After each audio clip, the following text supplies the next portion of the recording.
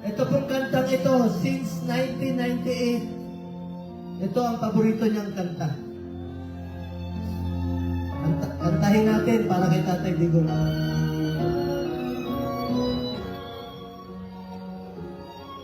Isa po itong spiritual song na naglalarawan sa tiwala ng ating Tatay Digong sa Panginoon. Lahat po ito'y destiny. Sabi niya noon sa akin, destiny niya po ito. Destiny niya maging presidente. Alam niyo, nung pinadala yung video sa amin, paglapag niya sa Hague, nakita ko talaga ang kabayanihan ni Tatay Digong, ang pagmamahal niya sa Pilipino. Isang tadhana